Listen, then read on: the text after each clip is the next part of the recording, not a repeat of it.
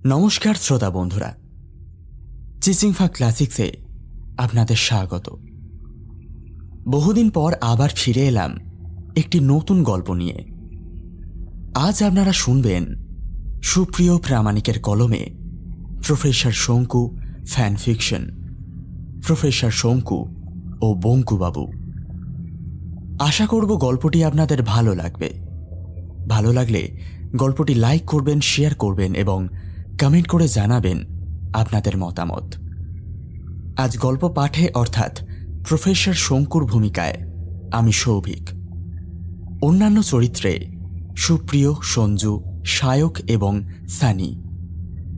শব্দগ্রহণ, আবহ, special effects এবং প্রচ্ছদঙ্কন আমি সৌভিক। শুরু হচ্ছে আজকের গল্প, প্রফেসর শঙ্কু ও বঙ্কুবাবু।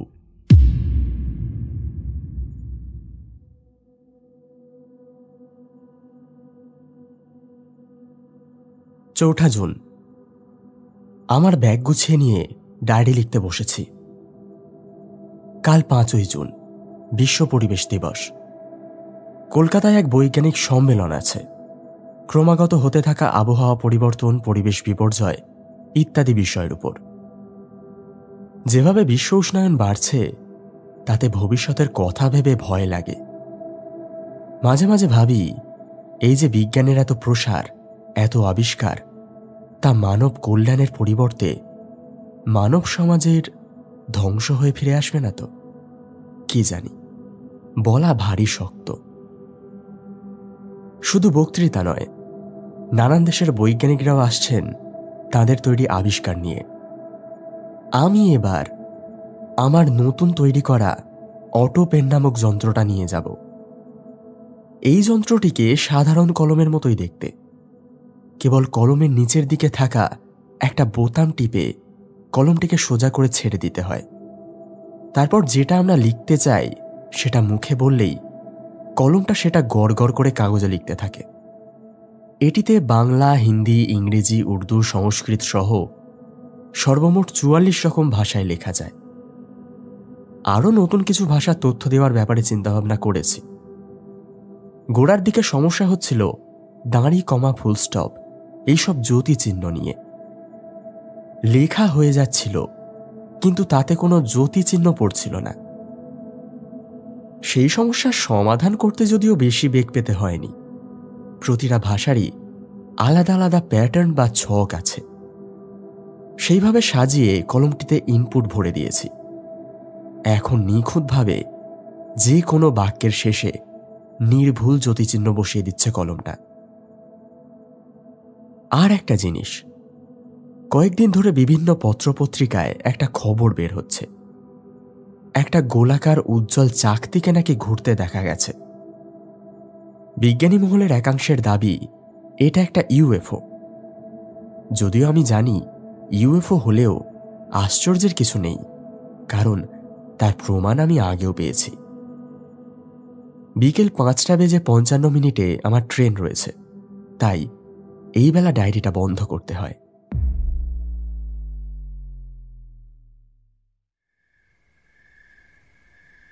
5ই জুন, কলকাতা। এখন রাত 11টা। আজ মনের মধ্যে একটা অদ্ভুত ভাব খেলা করছে।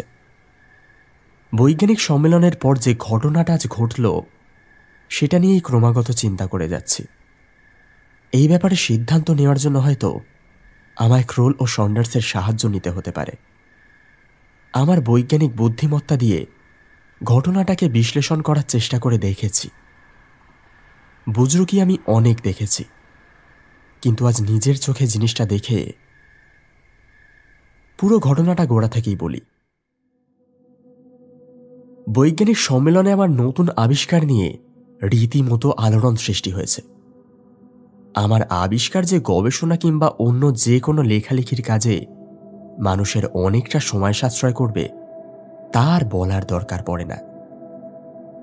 বৈজ্ঞানিক সম্মেলনের পর যখন হোটেলের পথে ফিরছি, তখন এক মাঝবয়সী ভদ্রলোক আমার দিকে এগিয়ে এসে 2 হাত জড়ো করে বলল, নমস্কার স্যার, অধমের নাম বঙ্কুবিহারী দত্ত। কাঁকড়গাছির এক প্রাইমারি স্কুলে আমি শিক্ষকতা করি। আপনার ব্যাপারে অনেক শুনেছি স্যার, কাগজে পড়েওছি। আপনার আবিষ্কারের কোনো তুলনা নেই স্যার। আমি ভদ্রতার খাতিরে প্রতি নমস্কার করে বললাম, ধন্যবাদ, আপনার সাথে দেখা হয়ে ভালো লাগলো। এই বলে যেই যাবার জন্য পা বাড়িয়েছি, অমনি লোকটা পিছন থেকে বলল, আরে স্যার দাঁড়ান, বলছি আপনার সাথে আমার একটু কথা আছে। আমাকে কিছুক্ষণ দিন স্যার, পৃথিবীর কল্যাণের বিষয় কথা দিচ্ছি, সময় নষ্ট করব না। কথাটা শুনে আমি থমকে দাঁড়ালাম। পৃথিবীর কল্যাণের বিষয়, তাও আবার সাধারণ এক প্রাইমারি স্কুলের মাস্টারের কাছ থেকে। আমার ভারী কৌতূহল হলো। বললাম, হ্যাঁ, কি বলবেন বলুন। লোকটি আমার কাছে এগিয়ে এসে বলল, এখানে নয় স্যার, ওই পাশের পার্কটার কাছে চলুন, ওখানে বসে আপনাকে সব খুলে বলছি। আমি আর বঙ্কুবাবু দুজনে নির্জন পার্কটার একটা বেঞ্চিতে গিয়ে বসলাম। তারপর বঙ্কুবাবু বলতে শুরু করলেন, আপনার এলিয়েন সম্বন্ধে কি ধারণা স্যার? বঙ্কুবাবুর মুখে এলিয়েন কথাটা শুনে আমি প্রথমে একটু থতমত খেয়ে গেলাম। একটু ঢোক গিলে বললাম, অন্য গ্রহের সভ্য প্রাণী, হয়তো মানুষের থেকেও বেশি সভ্য ও বুদ্ধিমান। আপনার তাদের অস্তিত্ব সম্বন্ধে কি ধারণা স্যার? এবার আমি একটু নড়ে চড়ে বসলাম। এলিয়েন আমি নিজের চোখে না দেখলেও তাদের বানানো জিনিসপত্র আমি দেখেছি। সেবারে সাহারায় তাদের পাঠানো শেষ ইউএফও, যেখানে মানব সমাজের বিবর্তনের 4টি উপায় পেয়েছিলাম, কিংবা উন্মত্ত কার্বনির তাদের ইউএফও দখল করে তার প্রতিশোধ স্পৃহা চরিতার্থ করাই হোক, দুটোরই সাক্ষী ছিলাম আমি। আমি বললাম, কেন বলুন তো, হঠাৎ এই প্রশ্ন করছেন? কারণ আছে স্যার, কারণ আছে। আপনি আগে বলুন, তারপর আমি বলছি। হ্যাঁ, আমি তাদের এই ব্রহ্মাণ্ডে থাকার কিছু প্রমাণ পেয়েছি বটে। বাহ স্যার বাহ, আপনিও তাহলে এদের অস্তিত্বে বিশ্বাস করেন? না তাহলে শুনুন স্যার, আমি একজন সাধারণ গ্রাম্য স্কুল মাস্টার। আমার মুখে ভিন গ্রহের প্রাণীর কথা শুনে আপনি হয়তো আশ্চর্য হচ্ছেন, তা হওয়াই স্বাভাবিক। কিন্তু স্যার, আমার জীবনে এমন একটা ঘটনা ঘটে গেছে, আমার ধারণা এই পৃথিবীতে এমন ঘটনা কারোর সাথে ঘটেনি।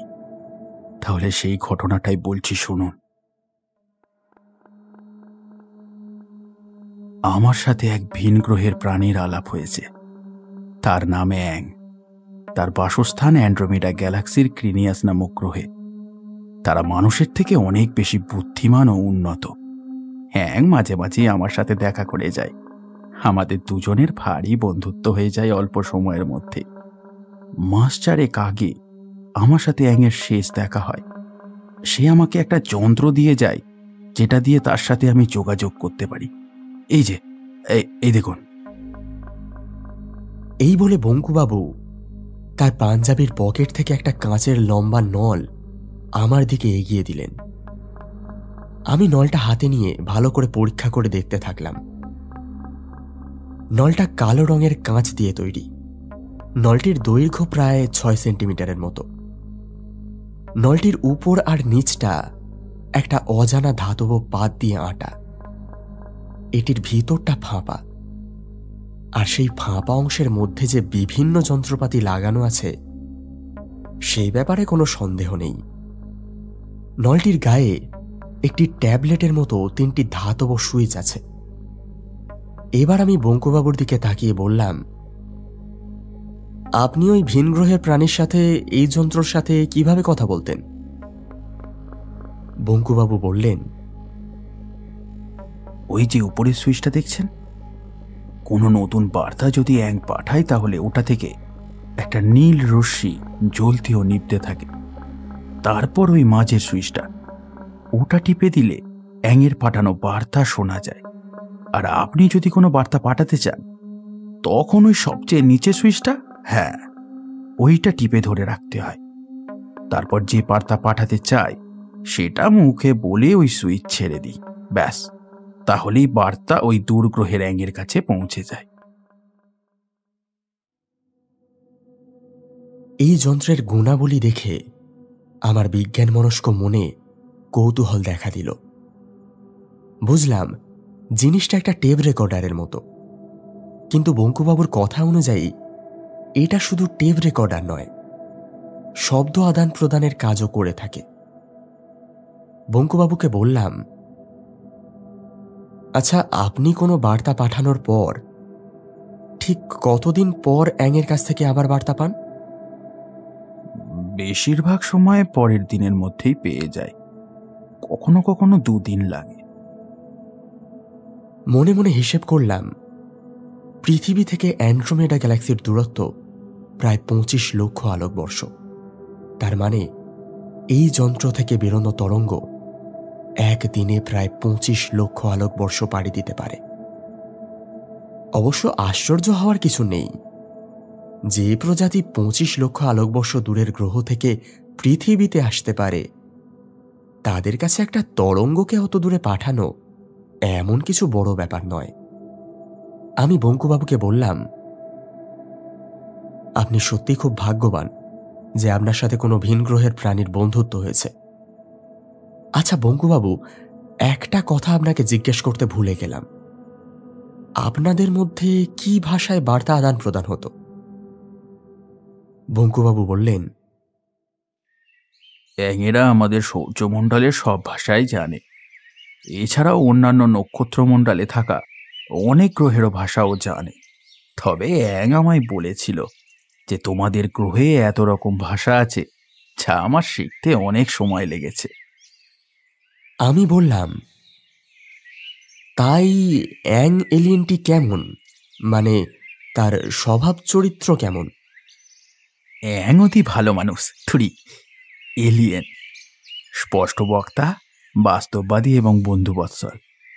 আমি যতটা তার সাথে মিশেছি তাতে তো তাই মনে হয়, কিন্তু ওদের ব্রহ্মাণ্ডের সবাই এরকম নয় স্যার, আর সেইটা বলার জন্যে আপনার কাছে আসা।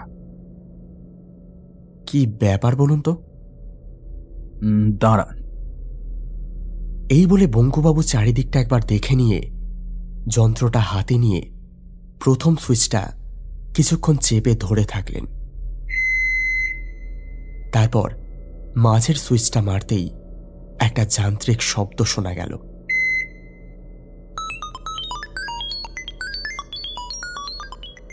তারপর ঠিক অর্ধেক মানুষ ও অর্ধেক রোবটের আওয়াজ মেশানো একটা গলা শোনা গেল। আমি বুঝলাম অ্যাংয়ের পাঠানো প্রতিটা বার্তা এই যন্ত্রটা ধরে সেটাকে সংগ্রহ করে রাখে।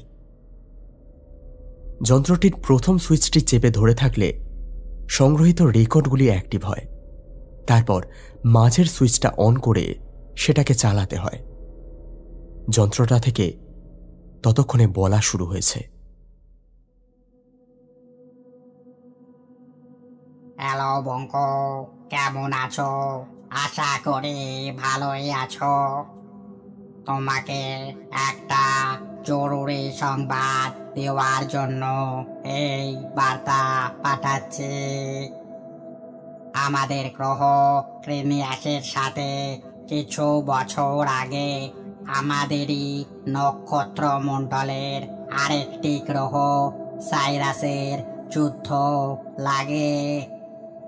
ওরাও আমাদের মতো বুদ্ধিমান প্রাণী, কাজেই ওদের কাছেও নানান ধরনের বিধ্বংসী অস্ত্র রয়েছে। কিন্তু আমরা বিজ্ঞানে ওদের থেকে অনেকটাই এগিয়ে আছি, তাই ওরা আমাদের সাথে পেরে উঠবে না দেখে আমাদের সাথে সন্ধি স্থাপন করে। ওরা প্রতিশ্রুতি দেয় যে ওরা আর কখনো আমাদের গ্রহে আক্রমণ করবে না, কিন্তু আমরা খবর পেয়েছি যে ওরা পৃথিবীর উপর আক্রমণ করতে আসছে। ওরা চায় ব্রহ্মাণ্ডের সকল গ্রহ যেখানে বুদ্ধিমান প্রাণী বসবাস করে সেখানে তাদের আধিপত্য কায়েম করা। আর আমাদের পর তোমরা অর্থাৎ মানুষই হলো ব্রহ্মাণ্ডের সবচেয়ে বুদ্ধিমান প্রাণী। কিন্তু ওরা যে কবে আক্রমণ করতে পারে সেটা আমি নিশ্চিতভাবে বলতে পারছি না। তোমাদের সময় অনুযায়ী আজ থেকে 1 মাস পরে ওদের গ্রহের প্রেসিডেন্টের 672তম জন্মদিন। হয়তো তার আগেই তোমাদের গ্রহ ওরা দখল করতে পারে। আমি চেষ্টা করে দেখেছি, আমাদের প্রেসিডেন্টের সাথে আমি কথা বলেছি, কিন্তু উনি চান না অন্য কোনো গ্রহের ঝামেলায় আমরা জড়িয়ে পড়ি। কাজেই সতর্ক থেকো বন্ধু।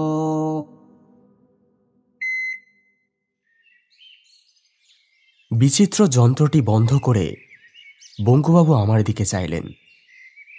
তার চোখে একটা জিজ্ঞাসা খেলা করছে। আমি বললাম,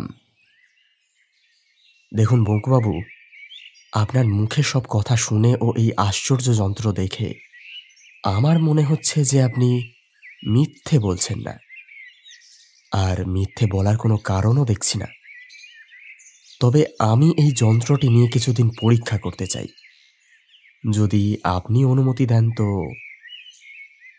বঙ্কুবাবু সাগ্রহে বললেন,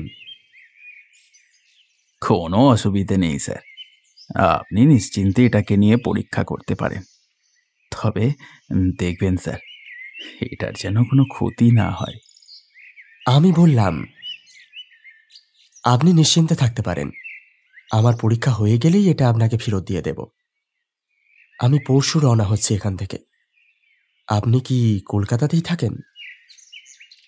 বঙ্কুবাবু বললেন, না স্যার, আমি তো আপনাকে বললাম যে আমি কাঁকুরগাছি প্রাইমারি স্কুলে শিক্ষকতা করি। আমি এখানে এসেছিলাম আপনার সাথে দেখা করতে। আমি এখানে আমার এক পিস্তুত দাদার বাড়ি উঠেছি। আমিও পরশু রওনা হব কাঁকুরগাছি।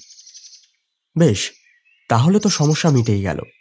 আমি আজ রাতেই যন্ত্রটা নিয়ে একটু পরীক্ষা করে আপনাকে কাল বিকেলে এখানেই ফেরত দিয়ে দেব। তারপর দেখছি কি করা যায়। আমার 2 বিজ্ঞানী বন্ধু ক্রোল ও সন্ডার্সকেও এই ব্যাপারে জানাতে হবে। ঠিক আছে, কাল বিকেলে আপনার সাথে এখানেই দেখা করব।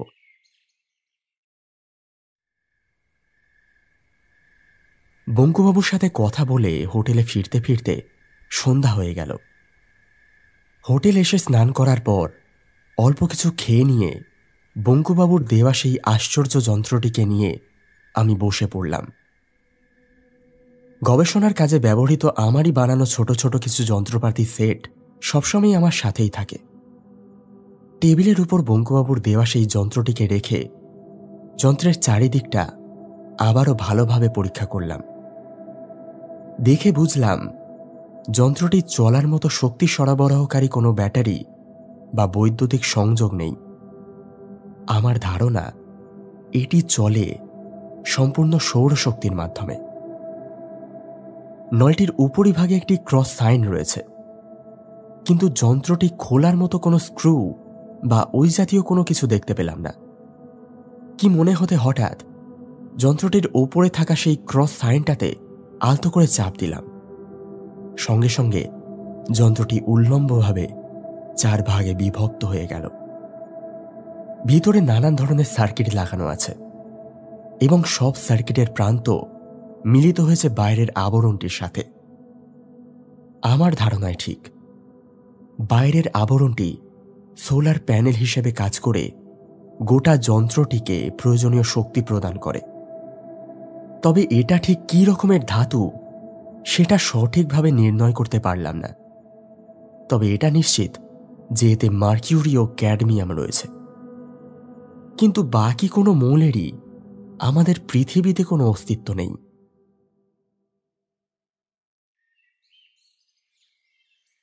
6 জুন, আজ সকালবেলাতেই চমক। ঘুম থেকে উঠে বাইরের রাস্তায় কিছুক্ষণ হাঁটাহাঁটি করার পর ব্রেকফাস্ট করছি। এমন সময় নিচে থেকে একজন হোটেল রিসেপশনিস্ট এসে বললেন, স্যার, একটা টেলিফোন আছে। নকুরবাবু বলে কেউ একজন আপনার সাথে কথা বলতে চাইছে। নকুর বাবু অর্থাৎ মাকড়দাবাসী নকুরচন্দ্র বিশ্বাস আমাকে টেলিফোন করেছেন। আমি কাল বিলম্ব না করে ব্রেকফাস্ট ফেলে রেখে নিচে ছুটে গিয়ে টেলিফোনের রিসিভারটা কানে দিলাম। হ্যালো। টেলিফোনের উপার থেকে উত্তর এলো, নমস্কার তিলুবাবু, অধমের নাম নকুরচন্দ্র বিশ্বাস। আমি একটু হেসে উত্তর দিলাম, হ্যাঁ বুঝতে পেরেছি, কিন্তু আপনি হঠাৎ কি ব্যাপার? ব্যাপারখানা ঠিক ভালো নয় তিলুবাবু। দুদিন ধরে আবছা আবছা দেখছি, কিন্তু আজ সকালে ঘুম থেকে উঠে টেবিলে বসে চা খাচ্ছি, এমন সময় পুরো জিনিসটা চোখের সামনে স্পষ্ট হয়ে এলো। কি দেখেছেন আপনি? অনন্ত অসীম মহাকাশ, তার মধ্যে একটি টিউবের মতো আকৃতি বিশিষ্ট যানে আপনিও আরো 4 জন লোক ভেসে বেড়াচ্ছেন মহাকাশে। আপনাদের মুখ থেকে মনে হলো আপনারা খুব চিন্তিত। তারপর আরো একটি উদ্ভট আকৃতির মহাকাশযান এলো আপনাদের কাছে। সেই মহাকাশযানের কাউকে ঠিক দেখতে পেলাম না। আপনাদের মধ্যে কিছু কথাও হলো, কিন্তু তা অত্যন্ত মিহিস্বরে হয় আমি বিশেষ কিছুই শুনতে পাইনি। তারপর একটা তীব্র আলোকরশ্মি ভেসে এলো আপনাদের মহাকাশযানের দিকে। ব্যাস, তারপরেই সব ঝাপসা, আর কিছু দেখা সম্ভব হয়ে ওঠেনি। আপনি ব্যস্ত মানুষ, এদিক ওদিক ঘোরাঘুরি করেন। আপনি কলকাতায় আসছেন তা আগেই জানতাম, তাই ভাবলাম আপনাকে একটু সতর্ক করে দিই। কথাগুলো শুনে আমি আশ্চর্য হয়ে গেলাম। নকুরবাবুর এই আশ্চর্য অলৌকিক ক্ষমতা আমি এর আগেও নিজের চোখে দেখেছি, তাই ওনার কথায় অবিশ্বাস করার মতো কিছু নেই। ওই পার থেকে আবার কথা ভেসে এলো, হ্যালো তিলুবাবু, শুনতে পাচ্ছেন? নকুরবাবুর মুখে কথাগুলো শুনে কোথায় যেন হারিয়ে গিয়েছিলাম। মনের মধ্যে নানান প্রশ্নের ঝড় চলছিল, আর মস্তিষ্ক সেই ঝড়ের মধ্য থেকে গতকাল থেকে ঘটে যাওয়া ঘটনাগুলোর যোগসূত্র বার করার চেষ্টা করছিল। ধন্যবাদ নকুরবাবু, আপনার কথা আমার মনে থাকবে, আমি সতর্ক থাকব। টেলিফোনটা রেখে হোটেলে নিজের রুমে এসে সোফার উপর বসে পড়লাম। গতকাল থেকে ঘটে যাওয়া ঘটনাগুলো নিজের মনের মধ্যেই আর একবার ঝালিয়ে নিলাম। না, ক্রোল এবং সন্ডার্সের সাথে একবার কথা বলতে হবে, কিন্তু তার আগে বঙ্কুবাবুর সাথে কথা বলাটা জরুরি। বিকেল বেলায় আগের দিনের নির্ধারণ করা সেই নির্দিষ্ট স্থানে গেলাম বঙ্কুবাবুর সাথে দেখা করতে। গিয়ে দেখি ভদ্রলোক আগে থেকেই এসে বেঞ্চে বসে আছেন। আমাকে দেখে বেঞ্চ থেকে উঠে ব্যস্ত সমস্ত হয়ে বললেন, যন্ত্রটার উপর পরীক্ষা করেছেন স্যার? করেছি। আপনি তো স্কুলের শিক্ষক, অতএব আপনাকে বললে আপনি বুঝতে পারবেন। এই যন্ত্রটি যে ধাতু দিয়ে তৈরি তার কেবলমাত্র 2টি মৌলের এই পৃথিবীতে অস্তিত্ব আছে। বাকিগুলির অস্তিত্ব এই পৃথিবীতে নেই, বা থাকলেও এখনো আবিষ্কার হয়নি। দেখুন বঙ্কুবাবু, আমার কোনো সন্দেহ নেই যে এই যন্ত্রটি ভিন গ্রহের কোনো প্রাণীর তৈরি, কিন্তু সকলে যে আমাদের এই কথা বিশ্বাস করবে এমন কিন্তু নয়। যেহেতু এটা সমগ্র পৃথিবীবাসীর জীবন সংকটের ব্যাপার, তাই আমাদের আলোচনা না করে এই ব্যাপারে কোনো সিদ্ধান্ত নেওয়া ঠিক হবে না। আমি আমার 2 বন্ধু ক্রোল এবং সন্ডার্সকে সবটা জানিয়েছি, দেখি ওরা কি বলে। আর আপনি যদি আমার সাথে আমার গিরিডির বাড়িতে কিছুদিন থাকেন, মানে যতদিন না এই ব্যাপারে একটা সিদ্ধান্ত নেওয়া যাচ্ছে তাহলে ভালো হয়। আপনার থাকাটা জরুরি। বঙ্কুবাবু বললেন, আপনার সাথে কিছুদিন কাটাতে পারবো এটা তো আমার পরম সৌভাগ্য, কিন্তু আমায় 2 দিন সময় দিতে হবে। ঠাকুরগাছি গিয়ে সব বন্দোবস্ত করে আসতে হবে তো, তাই। বেশ তো, আপনার যা ইচ্ছা, তবে বেশি দেরি করবেন না। বুঝতেই তো পারছেন, গোটা পৃথিবীবাসী এখন সংকটে। বঙ্কুবাবু জিভ কেটে বললেন, আরে না না স্যার, সে কি বলছেন, আমি 2 দিনের মধ্যেই চলে যাব, আপনি নিশ্চিন্তে থাকুন। 7ই জুন, গিরিডি। আজ সকালে গিরিডি এসে পৌঁছেছি। এখানে এসেই ক্রোল এবং সন্ডাসকে পুরো ঘটনার বিবরণ সহ টেলিগ্রাম করে দিয়েছি। মনটা ভীষণ দুশ্চিন্তাগ্রস্ত হয়ে আছে। তারা কি উত্তর পাঠায় সেটাই দেখার। 8ই জুন, গিরিডি, রাত 10টা। আজ ক্রোলের চিঠি পেয়েছি। পুরো ঘটনাটা তাহলে খুলেই বলি। আজ সকালে ক্রোলের টেলিগ্রাম পাই। সে লিখেছে, প্রিয় শঙ্কু, তোমার চিঠি পেয়ে আশ্চর্য হলাম। তুমি যা লিখেছ তা যদি সত্যি হয়, তবে পৃথিবীর ওপর আসতে চলা এই ভয়ঙ্কর বিপর্যয়কে আটকানো না গেলে সে যে কি ভয়ঙ্কর দুর্দিন আসতে চলেছে তার বলার অপেক্ষা রাখে না। তুমি কালই নিউ ইয়র্কের উদ্দেশ্যে রওনা দিয়ে দাও। আমি সন্ডাসকেও টেলিগ্রাম করে দিয়েছি, ও কালই নিউ ইয়র্কে পৌঁছে যাবে। সেখানে আমাদের ইউনাইটেড নেশনের প্রেসিডেন্ট মিস্টার ল্যামিটন ফ্যানফেনির সঙ্গে দেখা করে কথা বলতে হবে।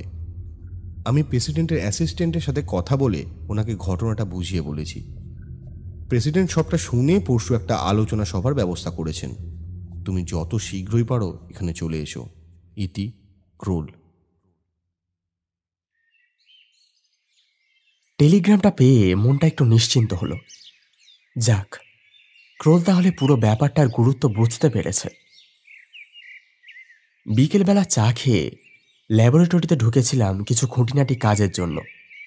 হঠাৎ প্রহ্লাদ এসে বলল, বাবু, আপনার এক ভদ্রলোক ডাকতেছেন। কে এসেছে? কি জানি বাবু, আগে তো একে কোনোদিন এখানে আসতে দেখি না। ঠিক ঠিক বুঝতে পারতাছি না আর কি। ঠিক আছে, তুই বসা, আমি যাচ্ছি। হাতের কাজটা সেরে মিনিট 5 পর বৈঠকখানায় পৌঁছে দেখি বঙ্কুবাবু, সঙ্গে একটা টিনের সুটকেস, পরনে একটা সাদা পাঞ্জাবি এবং ধুতি। আমি বললাম, একদম সঠিক সময় এসেছেন। পরশু আমাদের রওনা দিতে হবে নিউ ইয়র্কের পথে। বঙ্কুবাবুর মুখে এক চিলতে হাসি খেলা করে আবার মিলিয়ে গেল। তিনি বললেন, অনেক দিনের স্বাদ ছিল বিদেশে যাবার, এবার মনে হয় সেই স্বপ্নটা পূর্ণ হবে, কিন্তু খোলা মন নিয়ে আর যাওয়া হবে না। একটা দুশ্চিন্তা সবসময়ই মনের মধ্যে খেলা করছে। সে তো নিশ্চয়ই। যেখানে বিপদ অজানা, সেখানে আমার সাবধান থাকাটা আরো বেশি দরকার।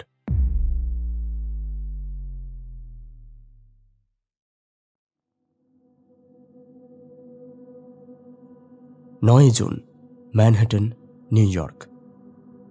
আমরা আজ সকালে নিউ ইয়র্কে এসে পৌঁছেছি। ক্রোল ও সন্ডার্স আগেই পৌঁছে গিয়েছিল। তাদের সাথে দেখা করে আমরা হোটেলে পৌঁছালাম। কাল ইউনাইটেড নেশনসের ম্যানহাটনের হেডকোয়ার্টার্সে আলোচনা সভার আয়োজন করা হয়েছে। তাতে ইউনাইটেড নেশনসের কিছু গুরুত্বপূর্ণ আধিকারিকরা থাকবেন। বলা বাহুল্য, তাদের সামনে আমাকে আর একবার এই ব্যাপারে সত্যতা হিসেবে অ্যাংয়ের দেওয়া সেই যন্ত্রের বার্তা শোনাতে হবে। আসলে শুধুমাত্র আমাদের কথার উপর ভিত্তি করে প্রেসিডেন্ট যে এই আলোচনা সভার আয়োজন করেছেন তাতে আমি আশ্চর্য। আসলে যখন বর্তমান বিশ্বের 3 জন নামকরা বৈজ্ঞানিক এই ব্যাপারে জড়িত, তাই ইউনাইটেড নেশনসের প্রেসিডেন্ট মিস্টার ল্যামিন্টনে ফ্যানফেনিও ব্যাপারটার গুরুত্ব বুঝেছেন। ভাবছি বঙ্কুবাবুকেও কালকে সাথে নিয়ে যাব। ওনার ওখানে থাকাটা অনেক জরুরি।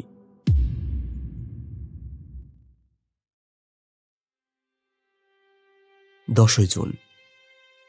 আলোচনা সভা অসফল। প্রায় সকলেই আসতে চলা বিপদের গম্ভীরতা বুঝতে অক্ষম।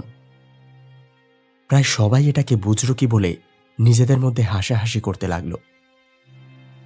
বঙ্কুবাবুর মুখের দিকে দেখলাম, তার চোখের কোল জলে ভিজে গেছে। ইউনাইটেড নেশনসের একজন সদস্য, ব্রিটেনের মিস্টার উইলিয়াম, ক্রোলকে উদ্দেশ্য করে বলল, কি ব্যাপার ক্রোল, তোমার এই জঙ্গলি নেটিভ ভারতীয় বন্ধুদের সাথে মেলামেশা করে তো দেখছি তোমার বুদ্ধিতে জং ধরে গেছে। ক্রোল উইলিয়ামকে তেড়ে গিয়ে কিছু বলতে যাচ্ছিল। আমি বাধা দিয়ে বললাম, ছেড়ে দাও, দরকার নেই, এখন এসবে আমাদের মাথা ঘামানোর সময় নয়। এবার আমি প্রেসিডেন্টের কাছে গিয়ে বললাম, বেশ, যদি আপনারা এই ব্যাপারে বিশ্বাস না করেন তাহলে আমাদের কিছু করার নেই, কিন্তু তাতে ঘটনার গম্ভীরতা এতটুকু কম হয় না। একে একে সবাই আলোচনা সভা ছেড়ে বেরিয়ে যেতে লাগল। ঘর যখন পুরো খালি, তখন প্রেসিডেন্ট আমাকে বললেন, দেখো শঙ্কু, আমি জানি তোমরা অমূলক কোনো কিছু নিয়ে আমাদের কাছে আসবে না, এর নিশ্চয়ই কোনো একটা ভিত্তি আছে, কিন্তু তোমাদের কাছে যা প্রমাণ আছে তার ভিত্তিতে কোনো বড় পদক্ষেপ নেওয়া যাবে না।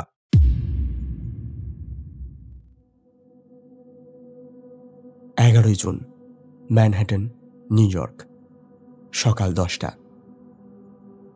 সকলের মন খারাপ। বঙ্কুবাবু উদাসীন হয়ে জানলা দিয়ে বাইরে তাকিয়ে আছেন। ক্রোল বলল, সবাই ভাবছে আমরা বুজরুক, মিথ্যে কথা প্রচার করে চলেছি আলোচনায় আসার জন্য। সন্ডার্স কিছু একটা বলতে যাচ্ছিল, এমন সময় আমাদের হোটেলের টেলিফোনটা বেজে উঠল। ক্রোল গিয়ে টেলিফোনটা রিসিভ করল। হ্যালো। টেলিফোনটা রেখে ক্রোল আমাদের দিকে ঘুরে দাঁড়ালো। দেখলাম তার চোখ জল জল করছে। আমি জিজ্ঞেস করলাম, কি ব্যাপার? দারুণ দারুণ খবর শঙ্কু, তুমি লুইস কচের নাম শুনেছ তো? লুইস কচ? মানে ওই জার্মান ছোকরা যে অত্যাধুনিক মহাকাশযান বানাচ্ছিল। এক্স্যাক্টলি, ওই টেলিফোন করেছিল আমাকে। ও আমার পরিচিত। উফ, ছোকরা দারুণ মেধাবী ও বুদ্ধিমান। বলছে যে ও নাকি একটা মহাকাশ যান তৈরি করার কাজ প্রায় শেষই করে ফেলেছে, আর আমাদের এই কাজেই ও সেটাকে প্রথম পরীক্ষা করতে চায়। তাই আমাদের সবাইকেই ওর ওখানে যেতে বলছে। আমি বললাম, তাহলে চলো, আর দেরি কেন, আমরা আজই রওনা দিই।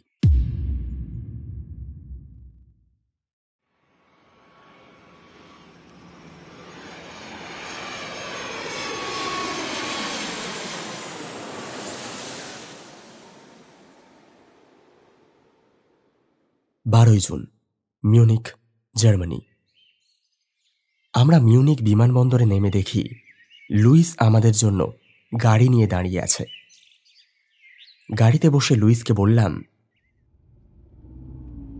তুমি ঠিক কি ধরনের মহাকাশযান বানিয়েছ সেটা যদি একটু বলতে ভালো হতো। মহাকাশযানটিকে দেখতে অনেকটা ওই টিউবের মতন, ফাঁপা ফাঁপা টিউবটির মধ্যে 3টি আবরণ রয়েছে। বাইরের দিক থেকে প্রথম আবরণটির কাজ হলো সমস্ত ধরনের ঘর্ষণজনিত বাধা ইত্যাদিকে নিয়ন্ত্রণ করা। তারপরের আবরণে মহাকাশযানের সমস্ত যন্ত্রপাতিগুলো রয়েছে, আর শেষ অর্থাৎ ভেতরের দিকের যে অংশটি আছে তার মধ্যে মহাকাশের জ্বালানি রয়েছে, আর বাকি ফাঁপা অংশটির মধ্যে মহাকাশযানের সব কন্ট্রোলগুলো রয়েছে। That's all. আমি বললাম, মোট কয়জন থাকতে পারে এই টিউবের মধ্যে? 5 জন। তবে এটা এখন পৃথিবী থেকে বেশি দূরে যেতে পারবে না, এতে এখনো কিছু কাজ বাকি আছে। তবে পৃথিবীর মধ্যাকর্ষণ পেরিয়ে মহাকাশে পৌঁছতে এর কোনো অসুবিধা হওয়ার কথা নয়। ক্রোল বলল, আচ্ছা লুইস, আমরা যদি চাই তো ঠিক কবে রওনা দিতে পারি? কালই, যদিও তার আগে তোমাদের এই মহাকাশযান চালানোর পুরো পদ্ধতিটা আমাকে শিখিয়ে দিতে হবে। আমাদের মধ্যে যদি কারোর কিছু হয় সেক্ষেত্রে আর কি। লুইসের গলা ভারী হয়ে এলো। আমি বললাম, দেখো, যদি বসবাস করার জন্য এই পৃথিবীটাই অবশিষ্ট না থাকে, তার চেয়ে এটা আটকাতে গিয়ে মৃত্যুবরণ করা অনেক ভালো।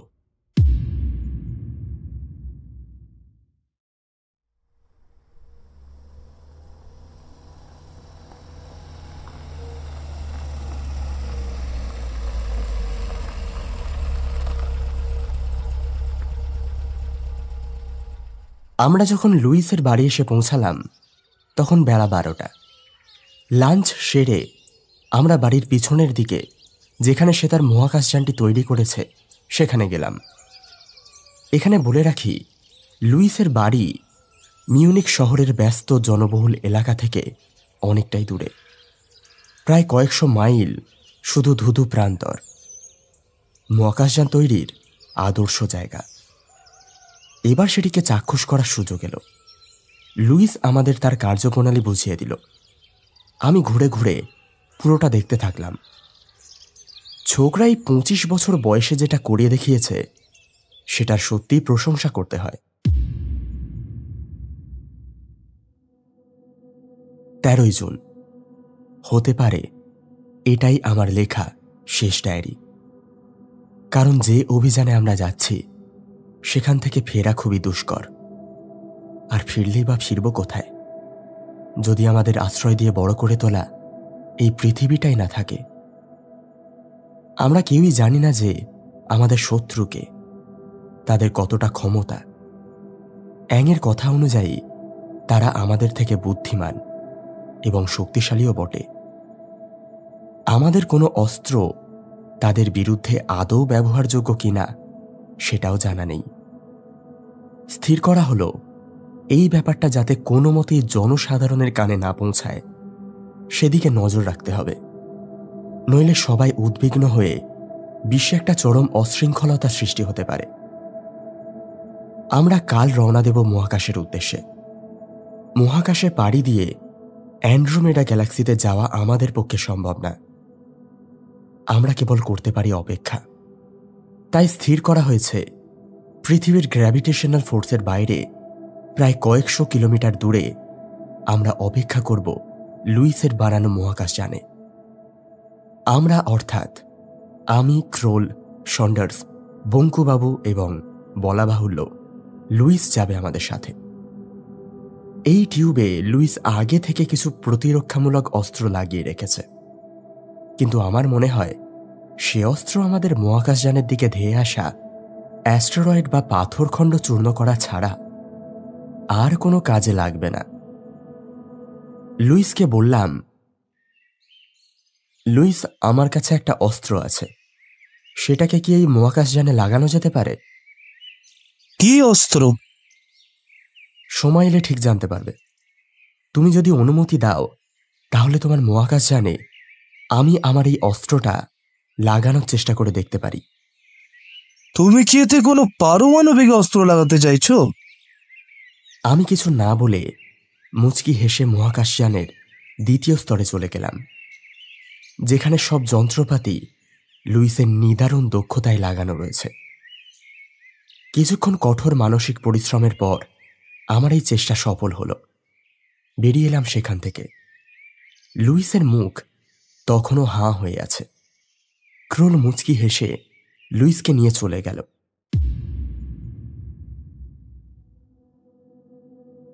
14 জুন, ভোর 5টা। আমরা সবাই আমাদের মহাকাশযানের ভিতরে বসে আছি। জ্বালানি বাঁচানোর জন্য আমরা সঙ্গে কিছু খাবার নিয়ে আসিনি। আমার তৈরি বটিকা ইন্ডিয়া নিয়ে এসেছি, যাতে আমাদের প্রায় মাস দুয়েক চলে যাবে। লুইস সবাইকে একরকম পানীয় খেতে দিল, যাতে মাধ্যাকর্ষণ ছাড়ানোর পরেও শরীরে স্থিরতা বজায় থাকে। ওকে, তাহলে আমরা সকলেই প্রস্তুত। আমি মনে মনে একবার ইষ্টনাম জপ করলাম। লুইস ইঞ্জিন স্টার্ট করল। একবার প্রচণ্ড গতিতে মহাকাশযানটা ঝাঁকুনি দিয়ে উঠল। তারপর কাউন্টডাউন শুরু হলো।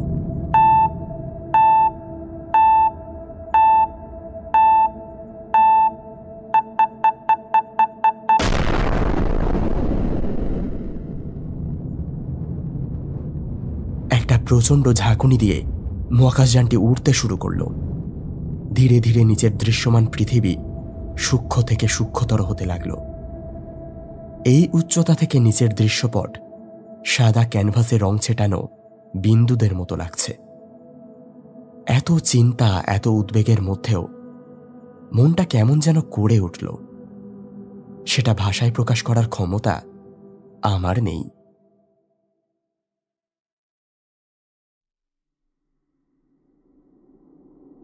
15 জুন। আমরা এখন মহাকাশে, অনন্ত অসীম এই মহাকাশ। আমাদের কাজ এখন শুধু অপেক্ষা, বা বলা ভালো মৃত্যুর প্রহর গোনা।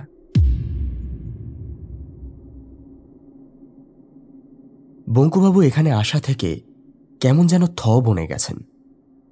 আমি তার বসা চেয়ারটিকে পিছনে ঘুরিয়ে দিতেই তার গাল হাঁ হয়ে গেল। এখন তার সামনে একটা বড় নীলাভ গোলক, মাঝে মাঝে সাদা ফেনার মতো মেঘ। বঙ্কুবাবু এক মুখ প্রশান্তি নিয়ে বললেন, পৃথিবী।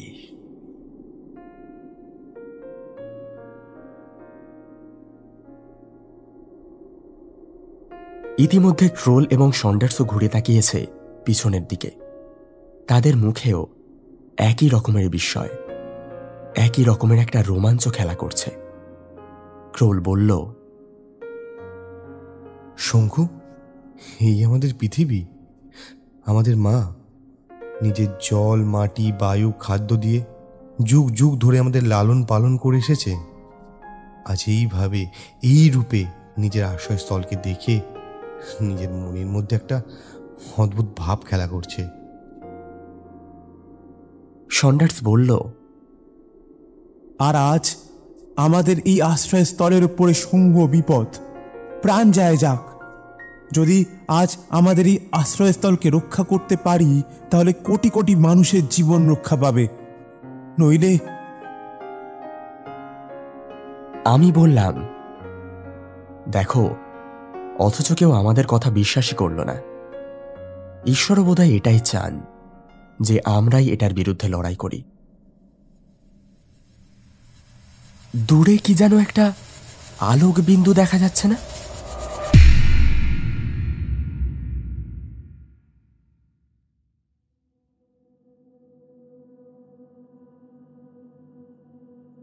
ষোলোই জুন।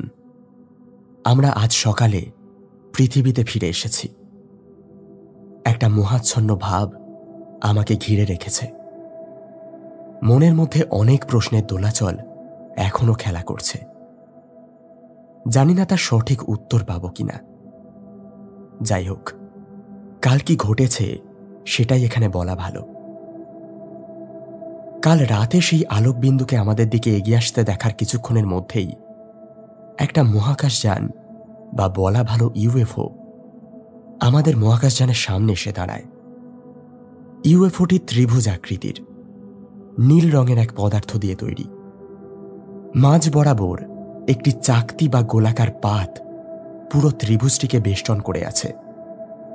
তার 3টি তলের মধ্যে নানান ধরনের কারুকার্য করা এবং সবুজ আলো লাগানো আছে, যেটি অনবরত জ্বলছে আর নিভছে। হঠাৎ মহাকাশযানের বেতার তরঙ্গে কিছু একটা সিগন্যাল দেখা গেল।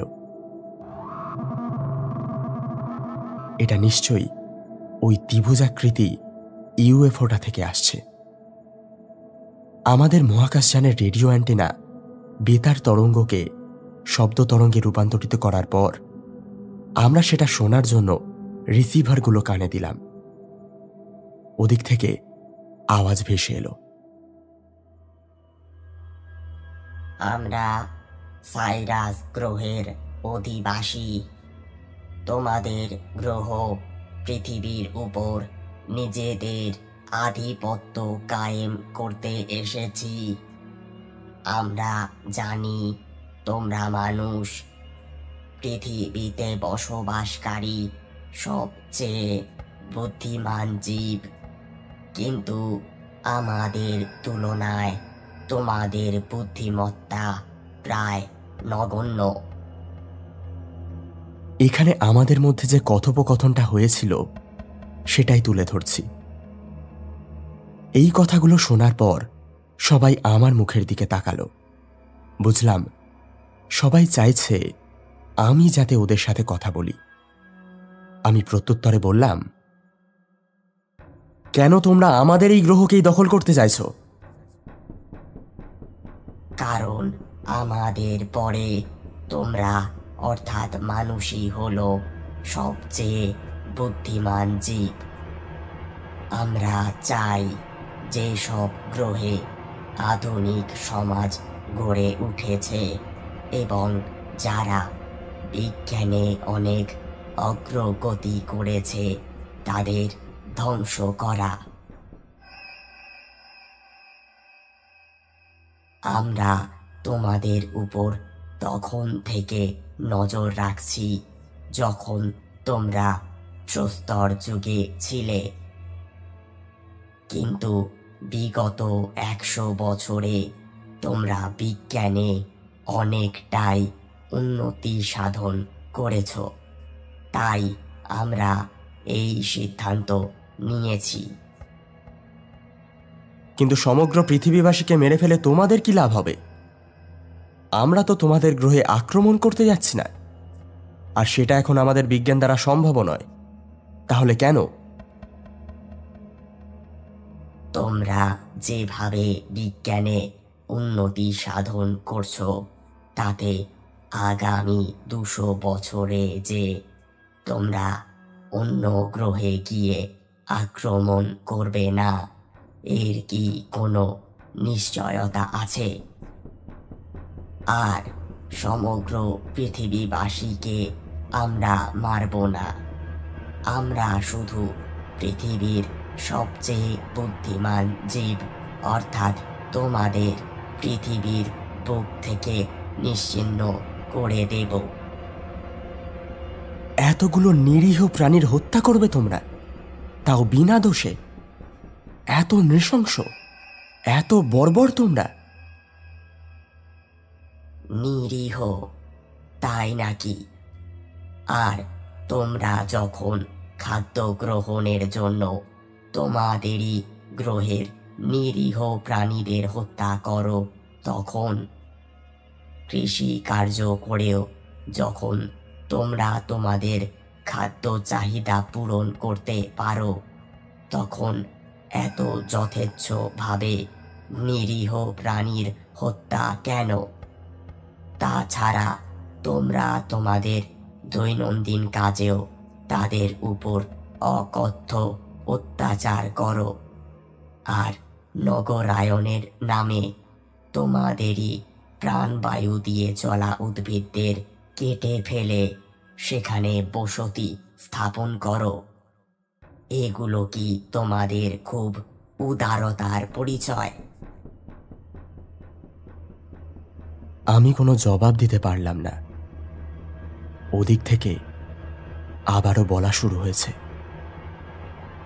তোমরা এটা করতে পারছো কারণ তারা তোমাদের থেকে মস্তিষ্ক বা বুদ্ধির দিক থেকে অনেক নিম্নমানের প্রাণী, আর তোমরা প্রথম থেকেই পৃথিবীর উপর নিজেদের একচ্ছত্র আধিপত্য কায়েম করার চেষ্টা করেছ। তাহলে তোমরা অর্থাৎ মানুষেরা আমাদের থেকে অনেক পিছিয়ে আছো। তাই তোমাদের হত্যা করার চিন্তা করা কি আমাদের দৃষ্টিকোণ থেকে খুব নৃশংসতার পরিচয়। আজ গোটা পৃথিবী তিলে তিলে শেষ হয়ে যাচ্ছে শুধুমাত্র তোমাদেরই কারণে। কত লাখ লাখ প্রজাতি বিলুপ্ত হয়ে যাচ্ছে এই পৃথিবী থেকে শুধুমাত্র তোমাদেরই কারণে। তার বেলা তোমাদের মনে পড়ে না নৃশংসতার কথা? তোমাদের কাছে তোমাদের গ্রহের স্বল্প বুদ্ধি সম্পন্ন প্রজাতিরা যা, আমাদের কাছে তোমরাও তাই। আমরা তোমাদের গ্রহে এমন ভাইরাস ছড়িয়ে দেব যে 1 মাসের মধ্যে গোটা পৃথিবী থেকে মানব সমাজের অস্তিত্ব মুছে যাবে। তার আগে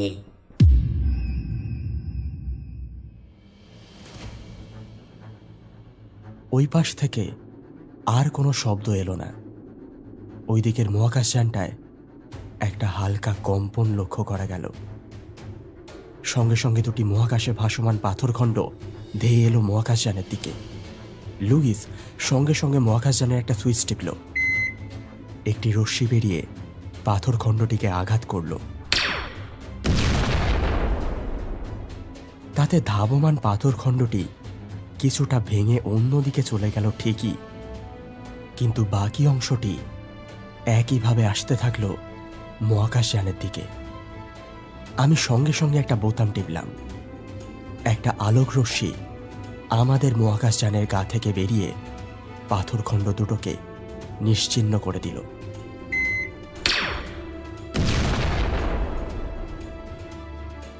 সন্ডার্স চেঁচিয়ে উঠল, অ্যানাইহেলেন। না, তোমাদের চেনা সেই অ্যানাহিলিন এটা নয়। অ্যানাহিলিন আমি বানিয়েছিলাম কেবলমাত্র জীবিত কোনো জিনিসের ওপর প্রয়োগ করার জন্য, কারণ আমি রক্তপাত পছন্দ করি না। কোনো জড়বস্তুর ওপর ওটা কার্যকরী ছিল না। আমি জানতাম মহাকাশে শুধু অ্যানাহিলিন দিয়ে কাজ হবে না, তাই আমি ওটাতে কাজ করে জড়বস্তু নিশ্চিহ্ন করার প্রক্রিয়াও স্থাপন করেছি। তোমরা এটাকে এখন অ্যানাহিলিনই বলতে পারো। বঙ্কুবাবু আমার হাতটা খামচে ধরলেন। বুঝতে পারলাম তিনি বেশ ভয় পেয়েছেন। পাওয়াটাই স্বাভাবিক। লুইস আমার কাণ্ডকারখানা দেখে তাজ্জব বনে গেছে। আমাকে বলল, আপনি তাহলে এটা আমার মহাকাশযানে লাগিয়ে এনেছিলেন? আমি সম্মতিসূচক ঘাড় নাড়ালাম। অপেক্ষা করতে লাগলাম দ্বিতীয় আক্রমণের জন্য। হঠাৎ লক্ষ্য করলাম ওই দিকের মহাকাশযানের নিচের অংশের পাতটি দুদিকে সরে গিয়ে একটি লম্বা ও চৌকো ফাঁক তৈরি হলো এবং সেখান থেকে একটি লম্বা নল বেরিয়ে এলো। তারপর চোখের নিমেষে সেটি 5 বার অগ্নিস্ফুলিঙ্গ সহ ভীষণভাবে আন্দোলিত হলো।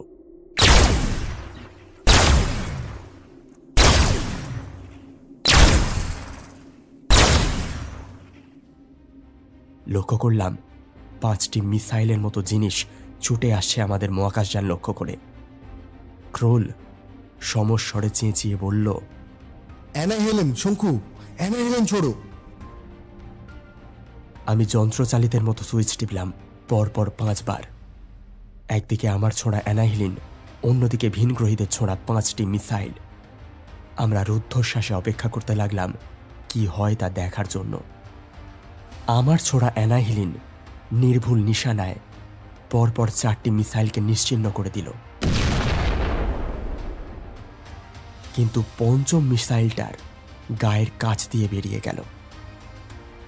মিসাইলটি তীব্র গতিতে ছুটে আসছে আমাদের মহাকাশযানের দিকে। সেটি আমাদের মহাকাশযান থেকে হাত 15 দূরে। সেই সময় আমি আবার একবার বোতাম টিপলাম। সঙ্গে সঙ্গে আমাদের মহাকাশযানের থেকে একটা রশ্মি বেরিয়ে গিয়ে পড়ল মিসাইলটার উপর। সঙ্গে সঙ্গে সেটিও নিশ্চিহ্ন হয়ে গেল। এই জায়গায় অন্য কেউ থাকলে নার্ভের উপর নিজের নিয়ন্ত্রণ হারিয়ে ফেলত। ক্রোল আমার পিঠের উপর একটা চাপড় মেরে বলল, সাব্বাস শঙ্কু।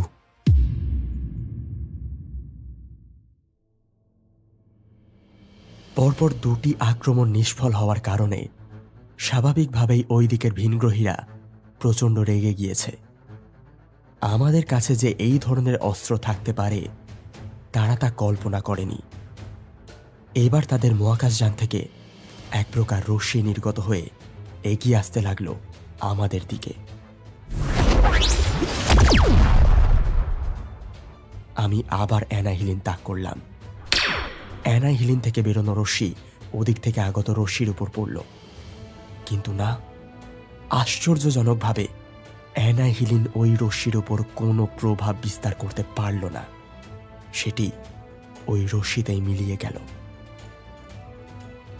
রশ্মিটি তার আসার পথে ধাবমান অ্যাস্টেরয়েডগুলিকে চূর্ণ বিচূর্ণ করে মৃত্যু দূতের মতো এগিয়ে আসছে আমাদের দিকে। আর আমি জগৎ বিখ্যাত বৈজ্ঞানিক প্রফেসর ত্রিলোকেশ্বর শঙ্কু অসহায় বালকের মতো চেয়ে চেয়ে দেখতে থাকলাম আমাদের দিকে ধাবমান মৃত্যুদূতকে। আমি চোখ বুজলাম। বাবার কথা খুব মনে পড়ছে। গিরিডির বাড়িতে থাকা আমার নিউটন বিধুশেখর। মৃত্যুর আগে নাকি মানুষের সমস্ত জীবন চোখের সামনে ভেসে ওঠে। আমার চোখের কোণে জল গড়িয়ে এলো। ইষ্টনাম জপ করতে লাগলাম। হঠাৎ কোথা থেকে এক চোখ ধাঁধানো প্রবল আলোকরশ্মি এসে দাঁড়ালো আমাদের মহাকাশযানের সামনে। চোখ একটু সয়ে আসতে লক্ষ্য করলাম আর একটি মহাকাশযান। বঙ্কুবাবু চিৎকার করে উঠলেন, অ্যাং! সঙ্গে সঙ্গে সেই রশ্মি এসে আঘাত করল আমাদের সামনে দাঁড়িয়ে থাকা মহাকাশযানটিতে। কিন্তু মুহূর্তেই সেই রশ্মি মহাকাশযানটির দেওয়ালে ধাক্কা খেয়ে ফিরে গেল ভিনগ্রহীদের মহাকাশযানটির দিকে। আমরা সবিস্ময়ে তাকিয়ে দেখলাম সেই রশ্মি তাদের মহাকাশযানটিতে আঘাত করা মাত্র এক প্রচণ্ড বিস্ফোরণের শব্দে তাদের মহাকাশযানটি চূর্ণ বিচূর্ণ হয়ে মহাশূন্যে চিরকালের মতো হারিয়ে গেল।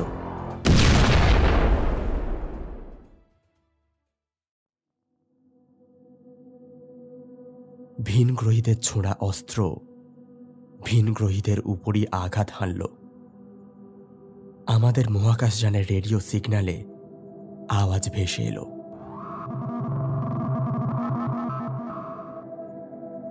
তোমাদের কোনো ভয় নেই, ওরা শেষ হয়েছে। অ্যাং, তুমি? কিন্তু তুমি তো বলেছিলে তোমাদের গ্রহের প্রেসিডেন্ট এসবে জড়াতে চান না। বলেছিলাম, কিন্তু তুমি আমার বন্ধু। বন্ধুকে রক্ষা করা আমার কর্তব্য। আমি আমাদের প্রেসিডেন্টকে রাজি করিয়েছি।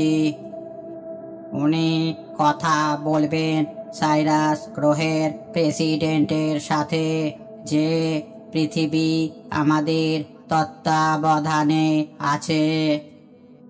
তাই চিন্তার কোনো কারণ নেই। আমি বললাম, কিন্তু তুমি কি করে জানলে যে আমরা এখন এই অবস্থায় বিপদে আছি? পঙ্কুকে যে যন্ত্রটা আমি দিয়েছিলাম তাতে এক প্রকার যন্ত্র লাগানো আছে। তাতে ওই নলটা দিয়ে পঙ্কু ব্রহ্মাণ্ডের যেখানেই যাক না কেন আমি জানতে পেরে যাব। আজ আসি বঙ্কু, পরে আবার আসবো।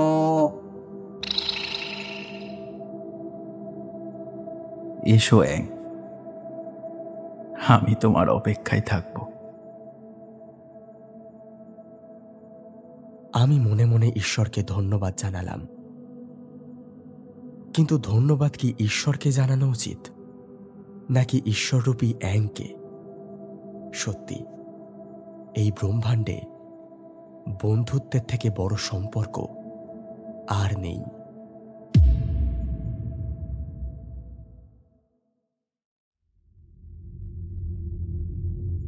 তাহলে কেমন লাগলো আমাদের আজকের গল্প? যদি গল্পটি ভালো লেগে থাকে তাহলে গল্পটি লাইক করুন, শেয়ার করুন নিজের প্রিয়জনদের সাথে এবং কমেন্ট করে জানান গল্পটি আপনাদের কেমন লাগলো। খুব শিগগিরই আরও একটি নতুন গল্প নিয়ে হাজির হব আপনাদের কাছে। তাহলে আজ আসি, দেখা হচ্ছে পরের গল্পে।